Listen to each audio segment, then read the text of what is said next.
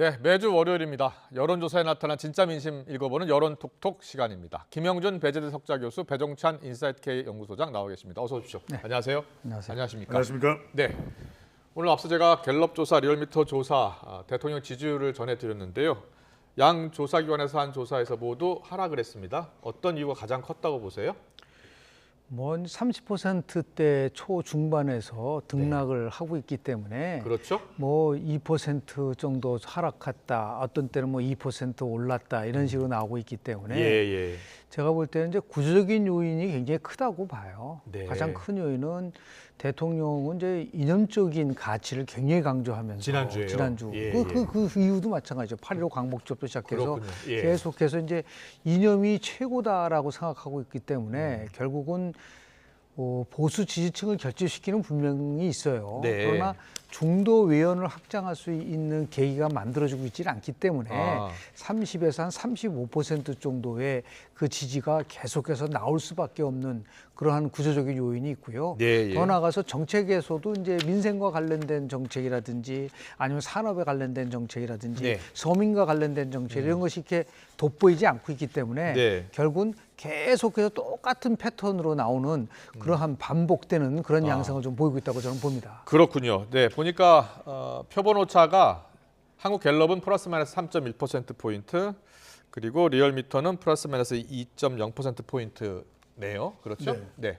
배종찬 소장님은 여론조사 추이를 좀 어떻게 읽고 계시나요? 가장 큰 이유는 예. 이념 전쟁에 대한 부담으로 봐야 되겠죠. 예. 그러니까 이념 전쟁이 일단 유권자들이 국민들이 볼 때는 구태로 보는 거거든요. 왜냐하면 지금 웬 이념이냐. 예. 그러니까 윤석열 대통령이 설명하고자 하는 그 이념을 네. 국민들은 받아들이기 쉽지 않은 거죠. 그러니까 일각에서는 국민의힘 내부에서도 그 이념은 구태 이념이 아니라 예. 지금 자유 시장 경제를 강조하는 것이다라고 하지만 그렇게 이제 국민들이 받아들일 때 또 익숙하게 받아들일 때 전달이 될 텐데 대통령 지지율이 특히 수도권 또 MZ세대 무당층에서 주춤하고 있는 모습들을 보면은 다른 이유라기보다는 후쿠시마 오염수는 계속 지속되어 왔던 이슈거든요. 그렇다면 새롭게 진입한 것은 이런 이념 논쟁, 이른바 홍범도 장군의 흉상 이전 논란의 된서리를 대통령 지지율이 맞았다. 그렇군요. 이렇게 봐야 되겠죠. 자, 부정평가 이유를 한번 볼까요? 부정평가 이유, 긍정평가 이유, 부정평가 이유를 좀 더 자세히 들여다보겠습니다. 근데 이제 갤럽에서 긍정평가 이유, 부정평가 이유를 조사 때마다 물어보는데 긍정적인 것은 외교, 그 다음에 그 이외의 이유들을 보시면 전 정권 극복, 국방 안보 한 5% 정도입니다. 그렇네요. 근데 부정평가는 뚜렷합니다. 후쿠시마 오염수 방류가 21%, 외교가 11%. 그러니까 후쿠시마 오염수 지난주에는 외교가 부정평가 1위였는데. 그렇죠. 왜냐하면 이 부분이 조금 뒤섞이는 겁니다. 그러니까 그렇군요. 외교에 일본이 포함될 수도 있고 아닐 수도 있고 후쿠시마 오염수 방류로 나뉠 수도 있고 아닐 수도 있고. 그런데 새롭게 진입한 것은 이념 갈라치기입니다. 그러네요. 2% 들어가 있네요. 근데 예전에 이제 우리가 이 부정평가 또 긍정평가 이유로 설명할 때 우리 김영준 교수께서도 말씀하셨듯이 이게 이제 가장 우선되는 이유를 꼽은 것이지 중복된 내용들도 상당히 많을 것이다. 그럴 수 있습니다. 저게 주관식으로 물어보는 거잖아요. 그렇습니다. 그렇기 때문에 가장 큰 이유는 후쿠시마 오염수 방류 외교로 봤겠지만 사실 저기에 기저에 깔려 있는 것, 새로 진입한 것에는 이른바 이념 전쟁, 홍범도 장군 흉상 논란에 따른 지지율의 영향 이렇게 해석을 해볼 수가 있습니다. 알겠습니다. 또 김은지 교수님, 여기에 대한 설명을 좀 더 해주시고요. 또 지역별 연령별 추이도 함께 분석해 주세요. 실제로 이제 리얼미터하고 갤럽하고 공통되게 대통령 국정운영 지지도와 관련된 그 패턴 중에 하나가 지금 리얼미터에서는 20대의 국정운영 지지율이 9.8%포인트 떨어졌어요. 근데 굉장히 많이 떨어진 거죠. 9.8%포인트 떨어졌다는 거는. 그래서 더 중요한 거는 그동안 이제 리얼미터는 20대에서 그래도 30%대의 국정운영 지지율을 갖고 있었는데 이번 조사에서는 25.0%포인트로 떨어졌단 말이에요. 저는 이제 갤럽 조사인데요. 저건 갤럽 조사 마찬가지 좋습니다. 갤럽 조사도 보면은 20대도 22.0, 30대도 21.0이잖아요. 그러니까 전부 다 20, 30대의 대통령 국정운영 지도가 20%대 초반으로 떨어졌다라는 것이 이번에 갖고 있는 발견점이에요. 근데 40대는 크게 떨어졌네요. 원래 이제 뭐 40대는 계속해서 그 전 정부에 관련돼서 반대하는 병이 굉장히 강하기 때문에 저는 그래서 뭐 MZ 세대 20대 30대의 추이를 계산해 보는데 지난번에도 말씀을 드렸지만은 긍정 25% 부정 65% 법칙이 있다. 그러니까 부정이 65%를 넘어가면 위험하다 그랬는데 지금 보면은 리얼미터 조사잖아요. 저거 갤럽 조사인데도 불구하고 부정이 20대는 66. 그리고 30대에서는 68로 나온단 말이에요. 그런데 실은 중도에서도 67이고 그리고 무당층에서 67. 나오거든요. 그러니까 이게 지금 65%를 다 넘어서고 있다는 것은 뭔가 그 정부가 취향하는 여러 가지 정책적 면에서 했을 때 수용하기 어렵다는 것을 보여주는 건데 그건 이제 배 소장님 말씀하신 것처럼 이거를 2년 논쟁에 따른 것에 대해서 특히 이제 젊은 세대들이 이 부분에 대한 공감도가 낮은 게 아니냐라고 우리가 추론할 수, 물론 다시 이제 뽑아봐야 되겠지만 왜냐하면 긍정 부정 이유를 볼 때에 2년 갈라치기 2% 홍범도 1%밖에 안 나왔기 때문에 이거라고 단정 짓기는 어렵지만은 두 조사 기관에 공통적으로 나온 20%대로 추락한 20대 지지층에 대한 지지율은 굉장히 좀 깊이 성찰해야 될 부분이 아닌가라는 생각을 좀 하게 됩니다. 윤석열 대통령이 오늘 수석 비서관 회의에서 또 반국가 행위라는 표현을 썼지 않습니까? 사실상 최근에 있었던 조천련 일본 시민단체 주관 행사에 참석한 윤미향 의원을 겨냥한 것으로 보인다라는 이야기도 나왔거든요. 자, 어떻게 보셨어요? 그렇죠. 그래서 이제 긍정평가와 부정평가의 이유를 보실 때 사실 어떻게 이동하느냐를 보는 게 참 중요합니다. 어떻게 변화했는지. 그렇죠.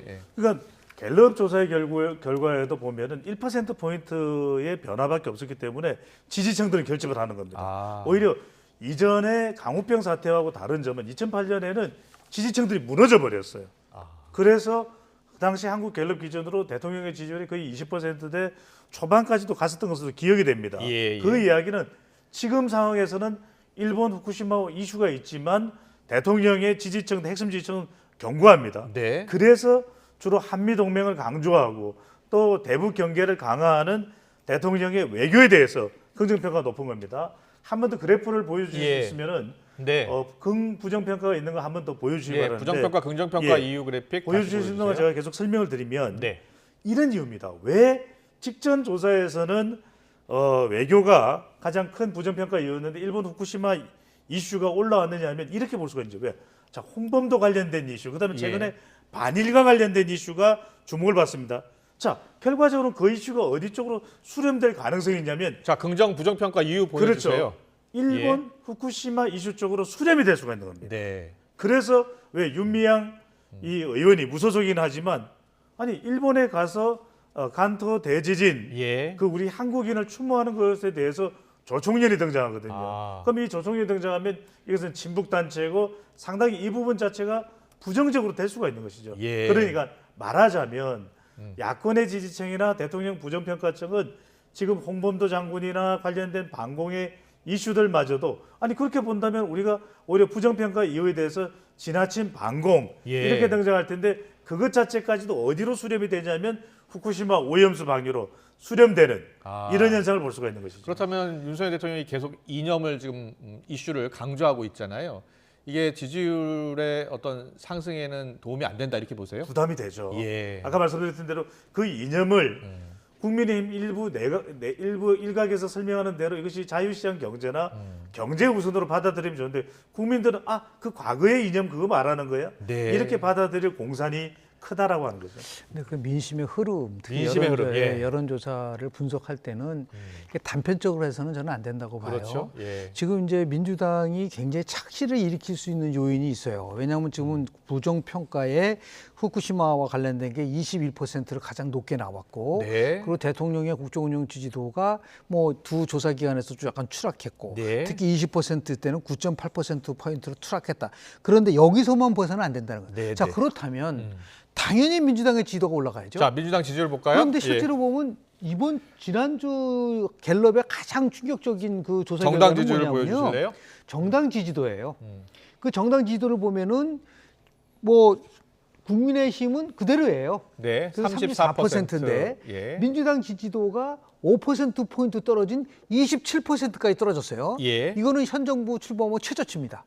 그리고 무당층은 2% 올랐는데 네. 세부적으로 살펴보면은 이 더불어민주당이 이 투쟁하고 있는 부분 속에서 야 이거 계속 이렇게 해도 되는 건가라고 할 정도로 서울 지역 같은 경우는 무려 11%포인트 떨어졌어요. 아, 그리고 지역별로 보면요. 예, 광주 호남에서 보면은 50%대가 무너졌습니다. 네. 43%로 들어왔어요. 자, 저희가 정당 민주당 지지도가. 지지도를요, 지역별로 한번 뽑아봤는데요. 자, 보여주시죠. 보십시오. 예. 광주 보면 43%로 8.0%포인트 떨어졌어요. 네. 더불어민주당이 예. 서울 같은 경우 11.0% 떨어졌고요. 자, 이러한 것들이 갖고 있는 부분들하고 실은 연령별로 보더라도 20대는 뭐 그래서 30대에서는 16%포인트 떨어졌어요. 네. 자, 이런 것들이 지금 지역별 정당 지지도라든지 세대별 정당 지지도를 보면 더불어민주당이 갖고 있는 지지도가 저렇게 추락하고 있다는 것은 네. 더불어민주당이 지금 24일 날 후쿠시마 오염 처리수를 방류한 이후에 아주 강도 높은 예, 대여 예. 투쟁을 계속 벌이는데도 불구하고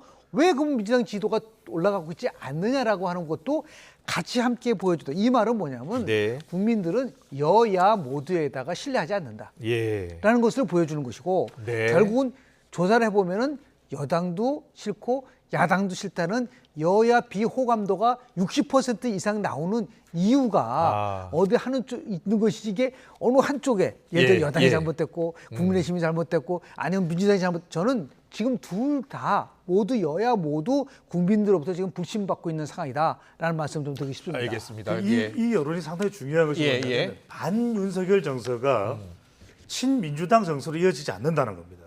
예. 이게 핵심입니다. 그래서 대통령의 부정평가가 높은데 그 부정평가가 더불어민주당의 지지율로 고스란히 흡수가 안 되고 있는 거죠. 예. 특히 오히려 민주당 내부의 리스크 때문에 지금 이재명 대표를 둘러싼 리스크, 또 네. 돈봉투 리스크, 또 코인 리스크 이런 것들이 겹쳐서 작동을 했거든요. 예, 그러다 예. 보니까 정당 지지율을 보더라도 연령대에서 40대의 지지율이 더불어민주당 지지율이 그렇게 이전처럼 파격적으로 나오지 않아요. 40대에서 50% 이상의 지지율이 나오던 때가 많았었거든요. 아. 이재명 대표 취임 전이든 또는 한참 더불어민주당이 경쟁력을 발휘할 때.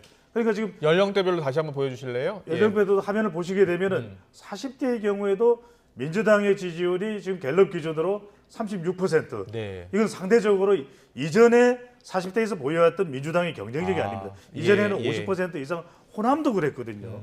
심지어는 화이트 칼라도 그랬습니다. 그러니까 예. 호남 40대 화이트 칼라, 이른바 호사화. 예. 호사화는 민주당의 핵심 지지 기반인데 이들이 흔들리고 있다는 거. 여기서 핵심은 이렇게 보셔야 됩니다. 아니 배 소장, 일본 예. 후쿠시마 오염수에 대해서 저렇게 반대가 높은데 그렇다고 해서 윤석열 대통령 부정평가가 높다라는 거 우리 확인하고 있잖아요. 어떻게 네. 민주당도 그럼 곧 지지율이 좋아지죠. 근데 문제는 이겁니다. 물론 국민들은 후쿠시마 오염수 방류 예. 또 걱정이 되는 것은 분명히 갤럽 조사에서도 높게 나옵니다. 그런데 문제는 뭐냐? 그럼 국내산 수산물을 어떻게 할 거냐? 피해가 없어야 된다. 예. 그건 먹겠다. 예. 그러니까 결과적으로 지금 국민들이 요구하고 있는 것은 일본에 대해서는 분노가 되어 있지만 우리 국내 정치권은 국내 수산물도 먹을 수 있도록 네. 또 좀 수산물 피해가 안정화될 수 있도록 대안을 제시해달라는 것이거든요. 예. 여기에 민주당이 대안을 가지고 나올 때 좀 더 지지율에 대한 제대로 된 평가를 받을 수가 있는 것이죠. 그렇군요. 자, 연령대별 정당 지지도 그리고 지역별 정당 지지도까지 살펴봤는데요. 자, 오염수 관련해서도 갤럽이 여론조사를 했습니다. 자, 전체적으로 보면은요, 갤럽 조사를 보면 오염수 방류자 여론조사 잠깐 보여주실래요? 한국 갤럽 오염수 관련 여론조사입니다. 일본 후쿠시마 원전 오염수 방류로 인한 해양수산물 오염이 걱정되십니까? 75% 걱정된다. 또 22% 걱정되지 않는다 이렇게 나왔고요. 국민의힘 지지층에선 46% 걱정된다. 그리고 보수층에선 58% 걱정된다. 우려를 나타내는 조사 결과가 나왔고요. 또 다른 질문도 보여주세요. 네. 그리고 오염수 방류로 쌈을 먹기가 꺼려지지 않는다 37, 꺼려진다 60. 네, 이렇게 나왔고요. 오염수 방류로 해양수산물 오염 가능성 있다 73, 없다 21로 나왔고요. 또요, 보여주세요. 네, 관련 인식 여론조사 저렇게 4개 가지가 있었는데요. 위험성이 과장됐나라는 여론조사에서는 과장되지 않았다 54, 과장됐다 35 이렇게 나왔습니다. 자, 후쿠시마 방류 관련 인식 여론조사를 자 어떻게 읽고 계신지 먼저 김명준 교수님. 실제로 보면 불안해하는 부분들은 맞아요. 예. 특히 이제 지난달 24일부터 일본 정부가 후쿠시마 오염수 처리수를 방류를 했기 때문에 예. 당장 그 부분에 대해서 민감하게 작동될 가능성이 저는 굉장히 크다고 보는데요. 네. 다만 이제 한 주만의 통계니까 우리가 단정 짓지는 못하지만 예. 이번 주말에 있었던 수산시장, 지난주 수산시장에서의 예. 방문객이라든지 이용을 보면은 지난주보다 한 30% 늘어났다라는 네. 건 한 주니까 그걸 뭐 단정 짓기는 어려울 거라고 보지만 예. 그래도 일단은 소비가 늘어나고 있다는 부분들을 하나 하고요. 예. 그리고 저렇게 나름대로 걱정되고 오염 가능성이 있다는 것에 대한 것을 확신하고 계속해서 가져가냐 안 가냐는 지금부터 예. 3개월, 길게는 6개월 동안에 일본 오염 처리수 방류 이후에 모니터링을 계속 하고 있지 않습니까? 네. 어떤 변화가 오느냐에 따라 결정될 거라고 좀 봐요. 그래서 한 3개월 지났는데도 전혀 변화가 없다, 네. 문제가 없다는 거와 더불어서 또 수산시장은 계속해서 많은 사람들이 찾고 더 중요한 거는 지금 EU에서는 후쿠시마 수산물에 대해서 전면 수입 개방을 했거든요. 예. 그래서 우리도 예. 아마 시간이 좀 필요한 단계가 아닌가 좀 생각이 좀 들고요. 예. 이 시점에서 바로 저거 봐라 저렇게 국민들이 있으니까 막아야 된다라고 얘기할 수 있는 그러한 것들은 단정지는 얻을 수 있지만 분명한 거는 후쿠시마 방류와 관련돼서 국민들은 불안해하고 있다라는 부분들. 그러나 예. 저 불안을 주도해서 끌고 가고 있는 정치적인 행위에 대해서는 그렇게 국민들이 특히 민주당한테는 적극적으로 힘을 실어주고 있지 않다라는 게 저는 핵심 포인트라고 저는 봅니다. 네, 그렇군요. 자, 배동찬 저는 여야가 봐야 될 부분이 분명한 것 같아요. 어딜 봐야 됩니까? 저렇게 여론조사 결과가 나온 데서 우리가 찬반의 비율도 중요하겠지만 더 중요한 것은 과장되지 않았다라는 부분에 대해서는 정부가 좀 눈여겨볼 필요가 있는 거죠. 그런 우려나 걱정이 예. 과장되지 않게 보는 국민들도 상당한 비율도 있다라는 거예요. 예, 다시 볼까요? 그렇죠. 위험성이 과장됐나? 과장되지 않았다 54%, 과장되었다 35% 그렇죠. 여론조사가 저 부분은 나왔습니다. 오히려 정부와 또 여당이 또 들여다볼 부분이 있습니다. 그렇군요. 그러면 예. 어떻게 하면 국민들의 걱정과 불안을 좀 해소시켜 줄까? 네. 야당도 마찬가지입니다. 끓여지지 않는다도 37% 되거든요. 예. 수산물 먹기 끓여지는 그러면은 우리 국내 수산물에 대해서는 좀 더 안정화시키는 게 필요할 겁니다. 그래서 더불어민주당도 국제사회에서 또 런던 네. 협약 의정서 이런 데다가 투기하지 말라 그런 조건도 내걸면서 예. 또 한편으로는 국내 수산물은 믿을 만하다 소비하자 같이 예. 이렇게 또 동시에 네. 그런 또 다수당으로서의 책임 있는 모습을 보일 필요도 있는 것이겠죠. 그렇군요. 예. 자, 이재명 대표 또 단식도 지난주에 큰 이슈가 됐고 지금 단식도 계속 진행 중이고요. 지금 이제 단식 5일차 여러 이야기가 당내에서 나오고 있는데요. 당내 반응을 좀 듣고서 대담도 이어가 볼까요? 이재명 대표 말 맞다는 좀 난감하다는 할 게 별로 없어서 그렇다라고 하지만 그러면 그것 또한 정치에 대한 포기라고 생각합니다. 국민들의 여론이 썩 그렇게 호의적이지는 않습니다. 마구 달리는 것도 용기지만 또 적당한 때 이렇게 멈추는 것도 큰 용기라고 생각합니다. 야당이 지금 양곡관리법을 통과든 또 해임 건의안을 올리든 거부권을 행사하거나 무시로 일관되고 있기 때문에 과연 이런 상황에서 야당 대표가 할 수 있는 게 뭐겠습니까? 결국 최후의 결심, 자신의 건강을 어떻게 보면 걸고 최후의 수단을 최후의 보루인 거거든요. 자, 지난주 여론조사에는 이재명 대표 단식도 충분히 반영이 됐을 거예요. 자, 어떻게 얼마나 반영이 됐다고 보세요? 아니 반영되기는 없죠. 이제 이번 주에 반영이 되는 이번 게 주에 반영될 왜냐면은 것 같다. 지금 한국갤럽은 29일부터 31일까지 그리고 리얼미터는 28일서부터 9월 1일까지니까 네. 31일 날 이제 단식을 하겠다고 얘기를 했기 때문에 그건 아직 반영이 안 됐다고 좀 그렇군요. 보고 있고요. 예. 지금 이제 단식과 관련돼서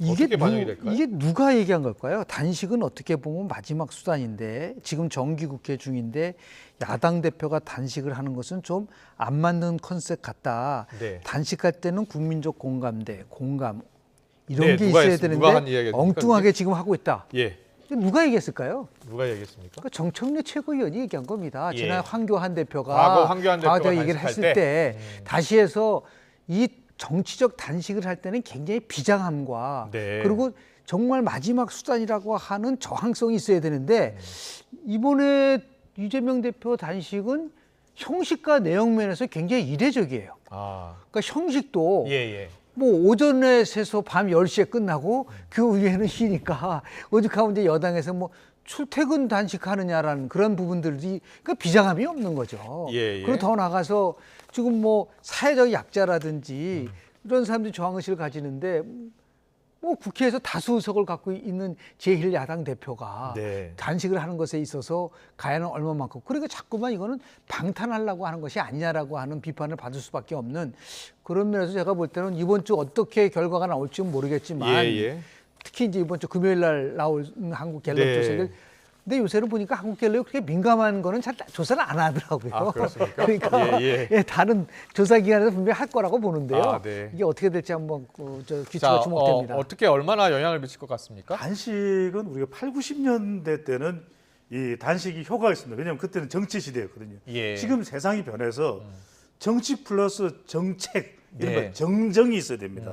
그런데 이재명 대표의 단식에는 정치는 있는데 정책이 빠져 있는 거죠. 아. 그러니까 중요한 게 우리가 80년대 82년인가요? 예. YS 김영삼 전 대통령이 이 야당 정치인 시절에 그때 가택연금 당했을 때는 전 국민이 그 감동을 합니다. 그 단식에 대해서 23일간 아. 쓰러져 있는 이 YS의 모습 예. 그리고 앞에 있는 이 경찰들에게 둘러싸여 있는 YS를 보면서 그때 YS 유명한 연설이 나옵니다. 내 몸을 가둘 수 있을 망정 내 마음을 가질 수는 없어 이렇게 이야기를 합니다. 그때 그랬습니까? 막 감동 우리 김영준 교수님도 그 감동 그대로 지금 또 소환이 되실 텐데. 예, 예. 근데 지금 이 정치적인 단식을 통해서 이재명 대표가 거둘 수 있는 것은 내부 결집은 될 거예요. 예. 내부가 상당히 지금 좀 흔들리고 있었어요. 그리고 이제 친명 비명 그리고 아까 말씀드렸던 지지율상의 호남 40대 화이트 칼라도 좀 흔들리는데 예. 이게 대표가 단식이야? 그래도 우리가 단식이라는 것에 대해서 결집이 되는데 그렇다고 해서 중도나 또는 무당층이나 수도권이나 MZ세대가 공감할 만한 확장성이 있는 단식은 못 되거든요. 왜? 예. 정책이 빠져있기 때문에. 이럴 때 완전 새신의 정책을 내는 겁니다. 공천 완전히 물갈이하겠다. 네. 그리고 우리가 어떤 정책 쇄신하겠다. 청년 세대를 위해서 그 누구도 이야기하지 못했던 정책을 내는 이렇게 되면 저걸 위한 단식이야? 아. 그럼 우리도 좀 기가 솔깃해지는데 예. 근데 정치만 있고 정책이 없다 보면 아. 효과는 반감이 되겠죠. 알겠습니다. 잠시만요. 수도권 정당 지지도 한번 보고요. 그 수도권 정당 지지도가 상당히 중요하잖아요. 내년 그렇죠. 총선에도. 총선 때문에. 예. 자, 어떤 영향을 미칠지 한번 수도권 정당 지지도 잠깐 보여주시고요. 자, 김영준 교수님 계속 하실 말씀 좀 해주세요. 일단 단식과 혁신은 다른 거고요. 네. 그러니까 혁신에 대한 거를 실은 혁신에서 하라고 그러는데 혁신하지 않고 예. 엉뚱하게 다른 곳에 빠졌기 때문에 문제인데 가장 큰 문제는 뭐냐면 그동안의 정치 단식이라는 거는 아주 명쾌한 나름대로의 조건이 있었어요. 예. 예를 들어서 YS 같은 경우는 23일간 단지 투쟁을 하면서 직선제 개헌 문제를 포함해서 여러 가지 정치 개혁에 대한 얘기를 했었지 않습니까? 예, 예. 그리고 더 나가서 뭐 드루킹 특검 같은 경우를 받아라. 네. 아니면은 뭐 최백열 대표도 열갈 한 적이 있었는데 예, 그때 예. 대통령 측근의 특검을 받으라. 근데 지금은 보니까 우리 이재명 대표 단식은 무조건이에요. 조건이 없어요. 세 가지를 요구를 했거든요. 예. 예를 들어서 뭐 후쿠시마 오염수와 관련돼서 사죄해라. 예. 일단 쇄신에 대한 얘기도 했고 국제해양제표도 국제해양제표 제소도 제소하라. 이게 많다 보니까 예. 이것이 실은 굉장히 산발적이고 아. 요구와 조건은 다른 거예요. 네. 그런 면에서 봤을 때 강도가 굉장히 낮을 수밖에 없는 그런데 그런 지금 부분들이 있는 거죠. 문재인 전 대통령이 직접 또 전화까지 해서 독려했고 응원했고 그리고 문 대통령 같은 경우에는 홍범도 흉상 이전 문제를 놓고서 대통령실이 좀 개입해서 해결하라라고 또 입장을 또 냈거든요. 그렇습니다. 어떤 영향을 미칠 것 같습니까? 그게 전면전이 되는 겁니다. 그러니까 이제 문재인 전 대통령은 가급적 나서지 않는 것이 좋을 것이다 이런 분석들도 있었거든요. 예. 그런데 문재인 전 대통령이 이제 등장하면서 이것은 윤명 대첩에서 윤문 대첩으로 또 번지는 겁니다. 예. 결과적으로 이렇게 되면 전면전이 되는 것이거든요. 근데 이게 해소가 되면 좋은데 그러면 그 이야기를 듣고서 문재인 전 대통령의 이야기를 듣고서 윤석열 대통령이 아 그렇군요. 지금 이재명 대표 단식도 하고 있고 처리하겠습니다. 그렇게 발표할 리가 만무하잖아요. 예. 그러면 또 어떤 식이 되냐면 또 이 보수 또 국민의힘 지지층에서는 문재인 전 대통령이 왜 나서 그러다 보니까 우리가 반국가 세력 이권 카르텔 이야기할 수가 전면전이 또 되는 상황이 되거든요. 전면전, 네, 전직 대통령과 현직 대통령 간의 전면전까지 지금 번지고 있는 양상이다 이렇게 분석해 주셨습니다. 글쎄요, 뭐 잊혀진 사람이 되겠다고 문재인 전 네. 대통령이 얘기를 했는데 그거는 반대로 나타나는 것 같아요. 예. 계속해서 이제 그 메시지도 전달하고 이런 부분들 좀 있는데요. 실제로 보면은 이 모든 것이 결국은 양극화 정치에 대한 하나의 네. 현상이라고 좀 볼 수밖에 없기 때문에 그래서 한마디로 말씀을 드리면은 저는 이재명 대표의 당시는 정치 단식에 대한 모독이고 예. 그럼 지금은 단식보다 민생을 챙겨야 될 때인데 네. 그런 면에서 봤을 때 과연 공감을 얻을 수 낼 수 있을까? 한번 이번 주에 민심의 흐름이 어떻게 날지 좀 규치가 주목됩니다. 알겠습니다. 여론 톡톡 어떻게 보셨습니까? 이번 주 민심에 또 어떤 정치권 이슈가 어떻게 또 작용을 할지 다음 주 월요일에 또 분석해드리겠습니다. 배종찬 인사이트K 연구소장 김영준 배재대 석좌 교수와 함께했습니다. 잘 들었습니다. 네, 고맙습니다. 고맙습니다. 감사합니다.